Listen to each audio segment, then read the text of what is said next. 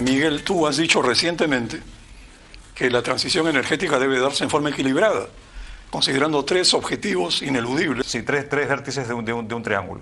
Por un lado, el tema de sostenibilidad, que es justamente apoyar los esfuerzos de un país en su lucha contra el cambio climático, reducir las emisiones de efecto de gases invernadero, es un objetivo que de hecho domina la discusión internacional.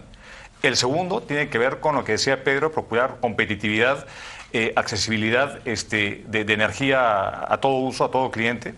Y lo tercero, y es quizás el tema que hoy día está en discusión, es asegurar la confiabilidad en el suministro. Y es justamente la intermitencia que caracteriza las fuentes renovables no convencionales como la solar. Ahí entra digamos, en conflicto porque hay un problema de intermitencia. Y por eso es que tiene que haber, digamos, infraestructura de almacenamiento. Hay costos sombra que están asociados a ese tipo de energía. Entonces, nosotros somos un país bendecido por recursos naturales. Tenemos amplia, digamos, recursos hídricos.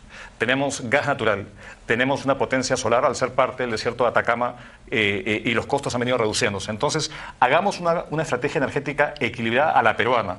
No copiemos modelos en otros países ni políticas erradas. Tenemos nosotros una gran ventaja, no importamos gas, tenemos acá mucho gas, no utilizamos carbón, como lo utilizan otros países vecinos como Colombia. Entonces tenemos un punto de partida para efectivamente tener una política sensata donde se avance, digamos, en esos tres vértices. Jesús, el presidente del COES, alertó sobre una crisis potencial y cuellos de botella a corto plazo en el sistema de transmisión troncal y la red que interconecta a las generadoras con las distribuidoras, que impediría que la energía llegue al cliente final de manera confiable y barata.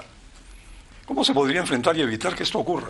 A ver, lo que sucede es un poco lo siguiente. Existe lo que se llama el plan de transmisión, que lo elabora el COES, y donde se plantean diversos proyectos que van a servir, que deben ser ejecutados dentro de un periodo cercano, que deben ser ejecutados y van a servir para reforzar y llevar la energía desde las centrales de generación hacia los diferentes grandes consumidores o los puntos de consumo, ¿no?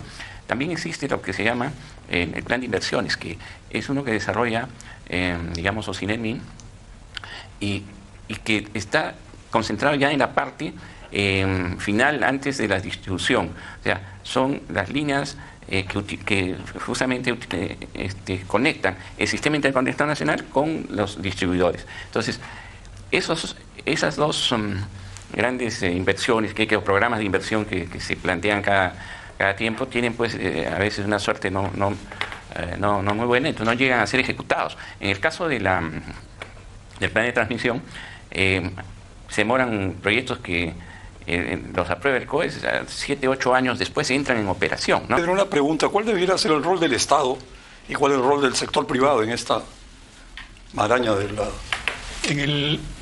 política energética? En general, el Estado tiene que ser el normativo y regulador. Pues. Cuando interviene en la parte de gestión, la mínima intervención como esta que acaba de escribir, ¿por qué los planes de los sistemas secundarios no se hacen? Porque hay todo un proceso en el cual las distribuidoras hacen utilidades y las retiran absolutamente y no dejan endeudarse. Entonces esos planes que son de cumplimiento obligatorio deberían hacerse. Si no lo hacen, los multan.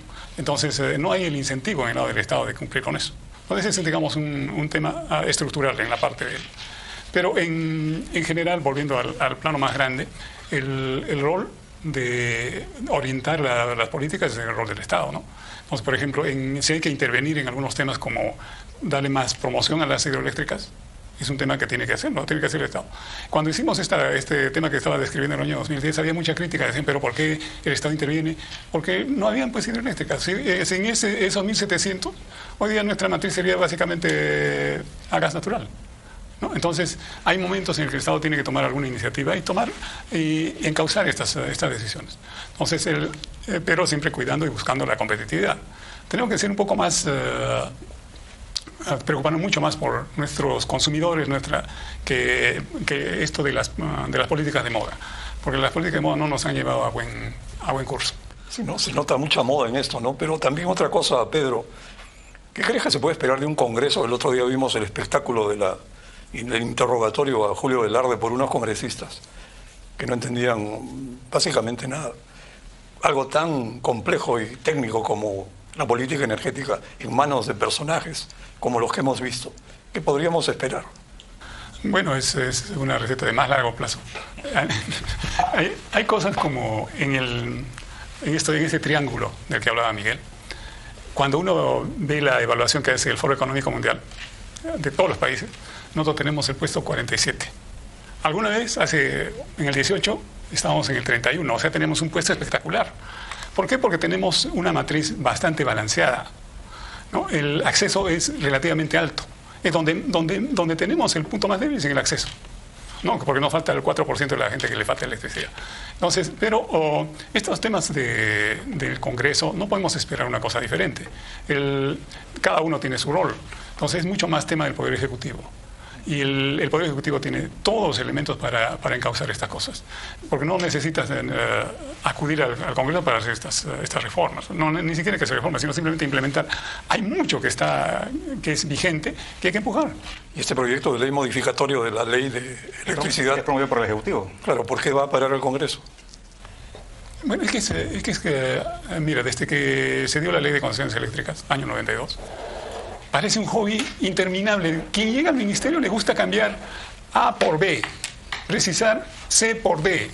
Entonces, yo he leído este proyecto de ley del que hablan del año pasado y la verdad no entiendo qué cosa es. O sea, ¿por qué tendría que cambiar la ley para eso? Que quería pedirte si puedes hacer un gran esfuerzo de síntesis, porque esa es la pregunta del millón. ¿Cuál sería la política energética necesaria para los próximos 20 años, digamos, para recuperar la competitividad? Bueno, vayamos por sectores. En generación, tenemos que seguir promoviendo inversiones en hidroelectricidad, particularmente, y tomar las energías renovables conforme a su desarrollo actual, de manera competitiva. Digamos, grande línea. En transmisión, tenemos ahora, a nivel de la interconexión nacional, uno de los sistemas más confiables. Tenemos que continuar con ese proceso, identificando procesos de líneas que interconectan áreas sensibles, y con ello podemos mantenerlos. Y en distribución o acceso, ahí tenemos el mandato impostergable de conectar ese 4% de peruanos que no tienen electricidad. Bueno, les agradezco muchísimo a ustedes tres. Ha sido para mí muy ilustrativo escucharlos. Y bueno, una vez más, Jesús, Pedro y Miguel, les agradezco. Y para terminar, yo diría en 3 palabras: si queremos hacer algo, es fundamental medir el costo, medir el impacto real y no engañarnos respecto al beneficio. Porque en estas cosas de generación hay una serie de planteamientos que fijan una meta que después de repente no vale ni la pena intentarlo, pero se mete toda la plata detrás. Muchísimas gracias.